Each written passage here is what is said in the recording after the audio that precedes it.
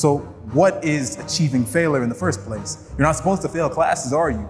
But here I am telling you that you should be failing at the gym. Here's what it means to achieve failure. It means to go until you can't go anymore, right? So we're gonna do push-ups, you and I, until we achieve failure. Now, it's probably gonna take me longer than it is you to achieve failure, but that doesn't mean I'm gonna stop or you should stop, right? What achieving failure looks like is physically shaking. So let's see that. I am going to do push-ups until I achieve failure. I'm gonna try to aim for 50 slow push-ups, consistent slow push-ups. We are going to achieve failure. Let's go. There's no timer, there's no nothing. I just want to introduce you to achievement of failure. Come on. Because you want succulent, juicy titties, don't you? Something that, the girls can play with, something she can rest her head on instead of, laying on your bare flat chest. So let's get it. 50. I want to achieve failure. That's the goal. I know my limit is around 50 slow push-ups proper form, but I just want to introduce you to failure. If you can't go on, I suggest you go on your knees and continue to do the push-ups. Okay, let's achieve failure. 2, 3, 4, 5, 6, 7. This is affecting my breathing. 8, 9, 10. Because normally you don't talk because it affects your breathing, but I'm gonna do it anyways because it doesn't matter about the count, we're just achieving failure. 11, 12, 13, 14, 15, 16, 17, 18, 19, 20, 21, 22, 23, 24, 25, 26, 27, 28, 29, 30. Now slow it down if you're still going so you achieve failure faster. 31, 32. These are negative push-ups. I'm introducing you them early. 33,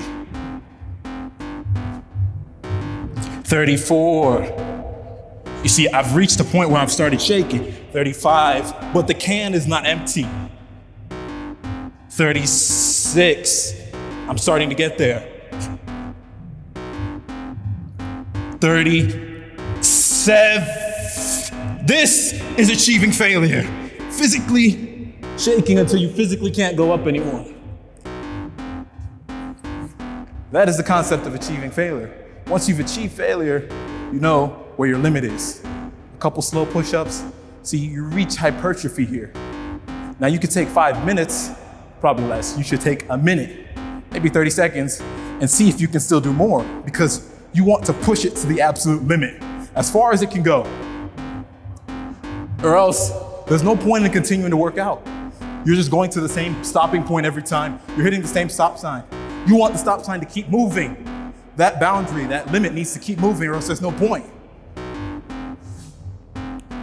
1, 2, you see I still had some juice in me.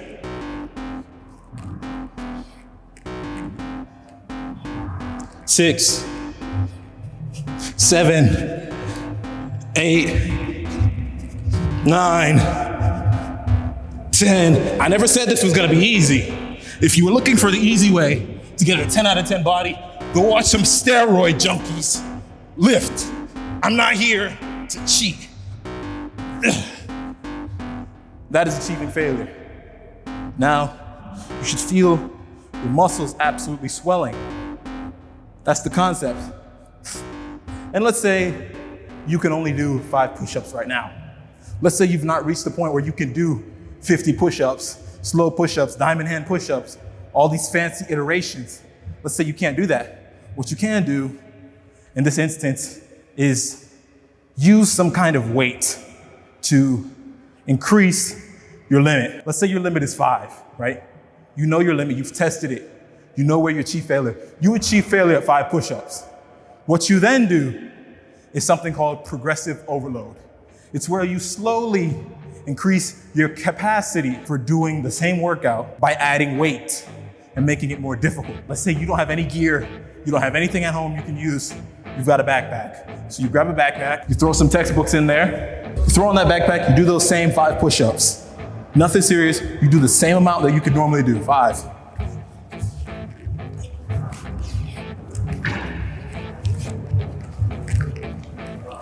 If you achieve failure at 5 push-ups, try to see if you can do the same 5 with weight on your back. Now there's different types of weight. There's really 2 types of weights you can do, or objects, equipment that you might buy or purchase for the sake of the ease of use, or something you can use all day. Resistance bands are just generally good overall because you can use them to ease a workout, or you can use it to increase the difficulty of a workout. Let's say you want to increase the difficulty of your push-ups. Take them like this, wrap them around your back. Now you're in the push-up position. See if you can do that same 5, because it's increasing the difficulty level.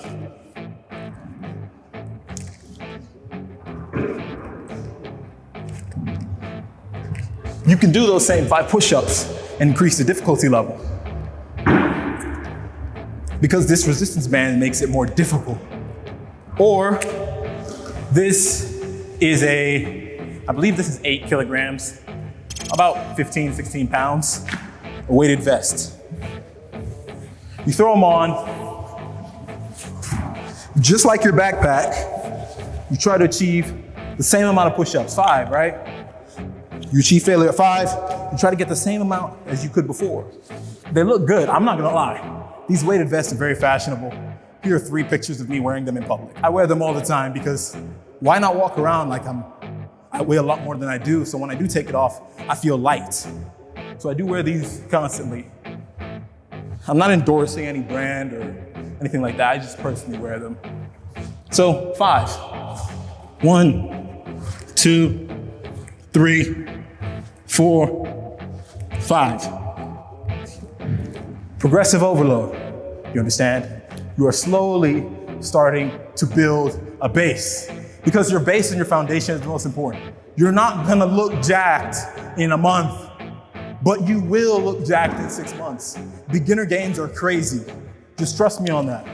I am going to stay around the same size for a long time. It takes me a while to gain muscle, but in your first 6 months, the beginner gains are insane. You will look ridiculously different because your body is forced to quickly adapt to the new strain that you are putting on it. It's a whole different territory.